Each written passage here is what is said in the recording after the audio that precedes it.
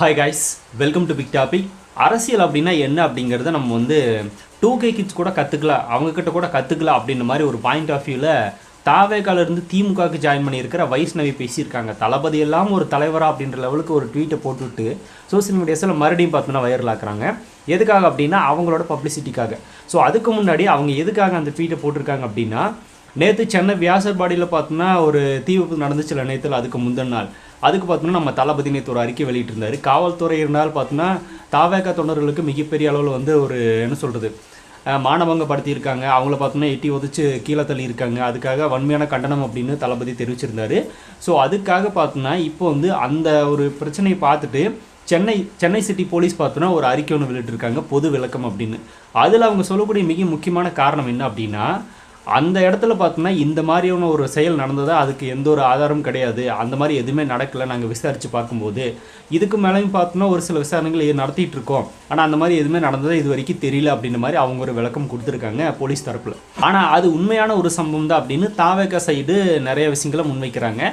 நேற்று பார்த்தோன்னா அங்கே நடந்த அந்த வீடியோஸ் எல்லாம் கூட பார்த்தோன்னா சோசியல் மீடியாஸில் இப்போ வைரலாக்கி, அதாவது சென்னை சிட்டி போலீஸ் வந்து ஒரு ட்வீட் போட்டிருக்காங்களா, அதுக்கு கீழேயே பார்த்தோன்னா ஆதாரம் இந்தாங்க அப்படின்ற மாதிரி சோசியல் மீடியாஸில் அந்த வீடியோக்களை எடுத்து பதிவிட்டு காட்டுறாங்க. அதன் மூலமாக பார்த்தோன்னா அங்கே போலீஸ்க்கு வந்து சில பேரை தள்ளுறதும் பிடிச்சி இழுக்கிறதுமா சில விஷயங்கள் பண்ணிகிட்டு இருக்காங்க.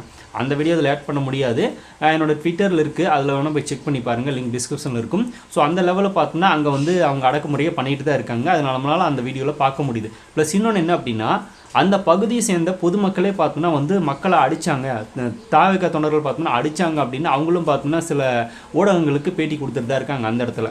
இது எல்லாத்தையும் விட இன்னொன்று என்ன அப்படின்னா, தன்னோட அம்மாவை அடிச்சுட்டு தான் பார்த்தோன்னா ஒரு அவங்களோட பொண்ணே பார்த்தோன்னா வந்து ப்ரெஸ் முன்னாடி நின்று பேட்டி கொடுத்துட்ருக்காங்க. அவங்க பார்த்தோன்னா ஹாஸ்பிட்டலில் அட்மிட் ஆகியிருக்காங்க.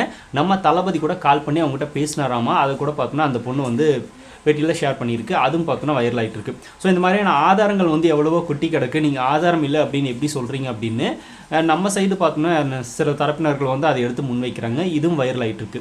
இப்போ சம்பவம் நடந்த இடத்துல நம்ம யாரும் அங்கே கிடையாது, ஆனால் அங்கே இருக்கிற நபர்கள், பொதுமக்கள், பாதிக்கப்பட்ட தாவேகா நிர்வாகிகள், அதுக்கப்புறமா அந்த சோசியல் மீடியாஸில் வைரலான வீடியோஸ் எல்லாம் வச்சு தான் பார்த்தோன்னா நம்மளே இப்படி ஒன்று நடந்திருக்கா அப்படிங்கிறது நம்மளுக்கு தெரியும்.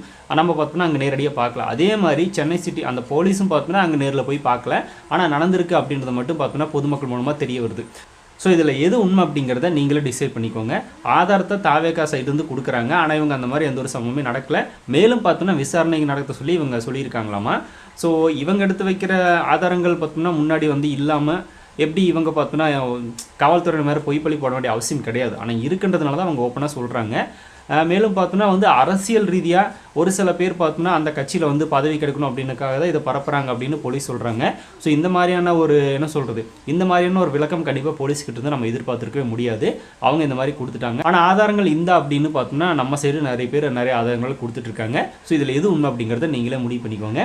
அடுத்ததான் மிக முக்கியமான பாயிண்ட்டு யார் அப்படின்னா வைஷ்ணவி. இவங்க திமுகவில் போய் ஜாயின் பண்ணது எல்லாருக்குமே பயங்கர சந்தோஷங்க. யாருக்குமே பார்த்தோன்னா பெரிய அளவில் பிரச்சனையே கிடையாது. தாவேகா சைடு எல்லாருமே பயங்கர ஹாப்பி.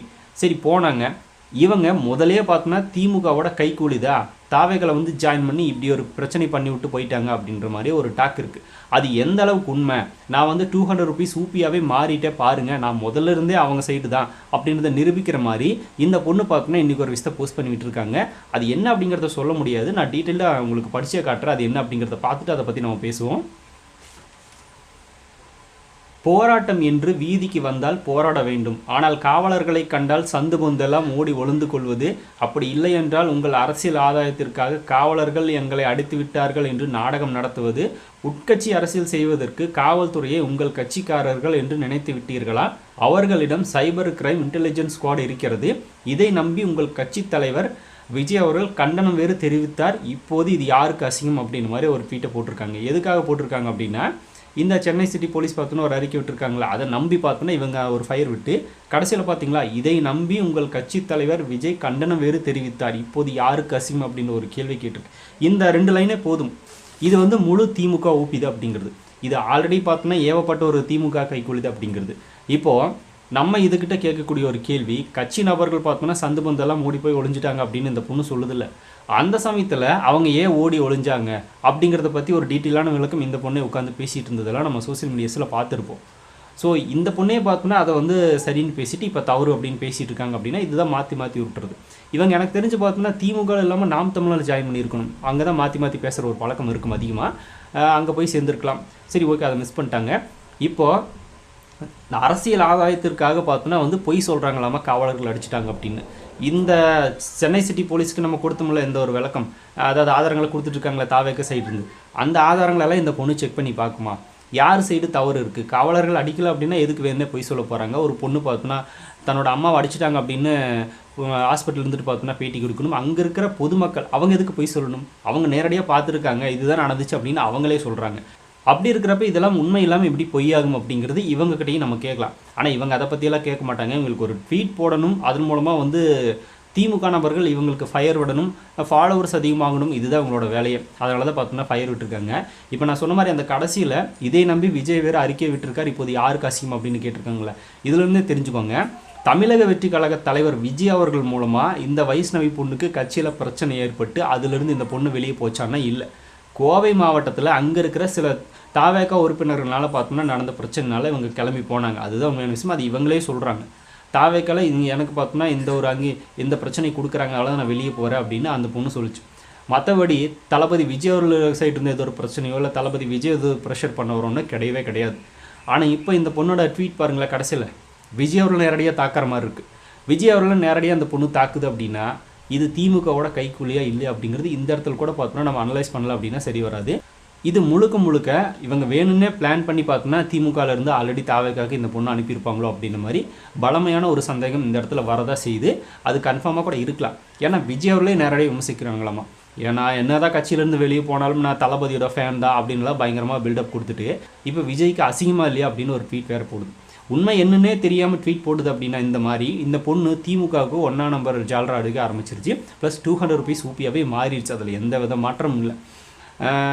இதே லெவலில் இந்த கட்சியில் ஃபாஸ்ட்டாக மூவ் பண்ணிட்டு இருந்துச்சு அப்படின்னா இந்த பொண்ணு இந்த கட்சியிலையும் நிலைக்காது, வேறு கட்சிக்கு தான் போகும். இதுவும் நடக்கும். இதே வாய் திமுகவை என்னெல்லாம் பேச்சு அப்படிங்கிறத நம்ம பார்த்துருந்தோம். 3 மாதத்தில் பார்த்தோன்னா சடனாக மாறிட்டாங்க. ஒரு 5 வருஷம் 6 வருஷம் கூட கிடையாது, சடனாக 3 மாதம், ஒரு 2 மாதம், 1 மாதம் கூட வச்சுக்கலாம். அந்த லெவலில் மாதிரி பார்த்தோன்னா எப்படி திமுகவுக்கு இந்த அளவுக்கு ஜால்ரா போட முடியும்? 200 அப்படிங்கிறதையும் தாண்டி பார்த்தோன்னா 300 மாற்றிட்டாங்களோ அப்படின்ற மாதிரி ஒரு டவுட் கூட வருது. அந்த லெவலில் பார்த்தோன்னா இந்த பொண்ணு திமுகவுக்கு பயங்கரமாக முட்டு கொடுக்குது. இதுக்கு கீழே திமுக நபர்கள் பயங்கரமாக ஃபயர் விடுறாங்க. ப்ரோ இந்த பொண்ணை நம்பியெல்லாம் ஃபயர் விடாதீங்க, இதை மறுபடியும் அடுத்த கட்சியில் ஜாயின் பண்ணி திமுகவே பேசும், இதுதான் அவங்களோட கேரக்டரே. அதனால் இவங்கள நம்பி ஃபயர் விட்டுட்டு இருக்காதிங்க. இதையும் நம்ம இந்த வீடியோ மூலமாக திமுக நபர்களுக்கு நம்ம கட்சிக்கு எந்த அளவுக்கு ஒரு துரோகம் பண்ணிட்டு போயிருக்காங்க அப்படிங்கிறத திமுகவுக்கு நம்ம சொல்லுவோம். ஏன்னா அங்கேயும் பார்த்தோன்னா அவங்க அதை அனுப்பிச்சிடக்கூடாதுல்ல, அதுக்கு ஒரு காரணத்துக்காக தான். இதான் 2K கிட்ஸ் அரசியல். இந்த பொண்ணு கூட அரசியல் கற்றுக்கலாம். நம்மளுக்கெல்லாம் அரசியல் என்னென்ன தெரிய மாட்டேங்குது பாருங்கள். நேற்று வந்து பொண்ணெல்லாம் பார்த்தோன்னா எப்படி மாற்றி மாற்றி அரசியல் பண்ணுது. இதெல்லாம் பார்த்தோன்னா கற்றுக்கணும். இதுதான் அரசியல் முக்கியமான விஷயம் போல் இந்த மாதிரி பண்ணிகிட்ருக்கு.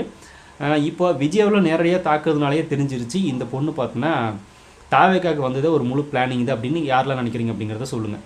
இப்போ இதெல்லாம் விட இந்த பொண்ணுக்கு பார்த்தோன்னா இன்ஸ்டாகிராமில் ஃபாலோவர்ஸ் அதிகமாக இருந்தாங்க. கிட்டத்தட்ட ஒரு 50,000 பேர் பார்த்தோன்னா வந்து சட்டுன்னு குறைஞ்சிட்டாங்க. தாவேக்கா தொண்டர்கள் வந்து எல்லாத்தையும் அன்ஃபாலோ பண்ணிட்டாங்க.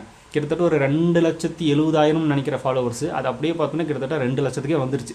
2 லட்சமா 2,12,000 வந்துருச்சு. கிட்டத்தட்ட ஒரு 50,000 ஃபாலோவர்ஸ் பக்கமாக பார்த்தோன்னா டக்குன்னு குறைஞ்சிட்டாங்க இந்த பொண்ணு டிவிக்கிலேருந்து வெளியே போனோடனே. அதனால மன உளைச்சல் ஆளாயிருக்காங்க. சரி, இப்போ அதை நம்ம எப்படி வந்து ஃபுல்ஃபில் பண்ணுறது, மறுபடியும் எப்படி அவங்க இந்த மாதிரி ஒரு ஃபாலோவர் கொண்டு வர வைக்கிறது அப்படின்றதுக்காக இப்போ யார் எந்த கட்சியில் இருக்காங்க, திமுகவில் இருக்காங்க, அந்த நபர்களை ஃபாலோ பண்ண வைக்கணும்ல. சடனாக பார்த்தோன்னா விஜயோவை பற்றி இந்த மாதிரி ஒரு பதிவு போட்டோம் அப்படின்னா நம்மளுக்கு ஃபாலோவர்ஸ் வந்துடுவாங்க, ட்விட்டரில் வந்துடுவாங்க, இன்ஸ்டாவில் வந்துடுவாங்க. ஃபாலோவர்ஸ் எடுத்துட்டோம் அப்படின்னா நம்மளும் பார்த்தோன்னா ஒரு பெரிய ஆளுன்னு காட்டிக்கிட்டு மறுபடியும் திமுகலையும் நம்ம ஒரு பதவி வாங்கலாம் அப்படின்னு மாதிரி பிளான் பண்ணுறாங்க போல். துணை முதலமைச்சர் பதவிக்கே நேற்று இருந்தவங்களை பார்த்தோன்னா தூக்கி போட்டிருக்காங்க. இத்தனை வருஷமாக கட்சியில் உழைச்சவங்களுக்கு எந்த ஒரு இதுவுமே கொடுக்கவே இல்லை. இந்த பொண்ணு பார்த்தோன்னா ட்விட்டரில் இன்ஸ்டாகிராமில் ஃபாலோவர் செய்தி பார்த்தோன்னா பதவி வாங்கலாம் அப்படின்னு திமுகவில் ஜாயின் பண்ணியிருக்கு அப்படின்னா என்னோட அரசியல் தீர்வு எப்படி அப்படிங்கிறத நீங்களே யோசிச்சுக்கோங்க. தாவேக்கால கிடைக்கல, இதெல்லாம் ஒரு தகுதின்னு பதவி கேட்க வந்துட்டியா, உனக்கு பார்த்தோன்னா எல்லாத்தையும் முன்னிலை கொடுக்கணுமா அப்படின்னு தான் அனுப்பிச்சி விட்டுருப்பாங்க. இங்கே வந்து பார்த்தோன்னா அதே ட்ரை பண்ணுறாங்க போல். இந்த மாதிரியான ஒரு அரசியல் இவங்களுக்கு இருக்குது. ஸோ இவங்களுக்கு இதை சொல்லி எப்படி திருத்துறது அப்படிங்கிறது தெரியல. உங்களை யாராவது இருந்தீங்க அப்படின்னா அட்வைஸ் கொடுத்து திருத்துங்க திமுக நபர்களே. ஸோ இப்போ இந்த பொண்ணு முழு திமுக ஒப்பியாக தான் தாவேக்காவுக்கு வந்து இப்போ மறுபடியும் திமுகலேயே ஐக்கியமாக இருக்காங்க அப்படின்னு யாரெல்லாம் நினைக்கிறீங்க அப்படிங்கிறது கமெண்ட்டில் ஷேர் பண்ணுங்கள். அப்படி பிக் டாபிக் சேனல் யாராவது சப்ஸ்கிரைப் பண்ண வந்து மறக்காமல் சப்ஸ்கிரைப் பண்ணிக்கோங்க. வேறு big topics, political news, trending news, cinema updates அப்படி நிறைய நம்ம சேனல் தொடர்ந்து வரப்போகுது.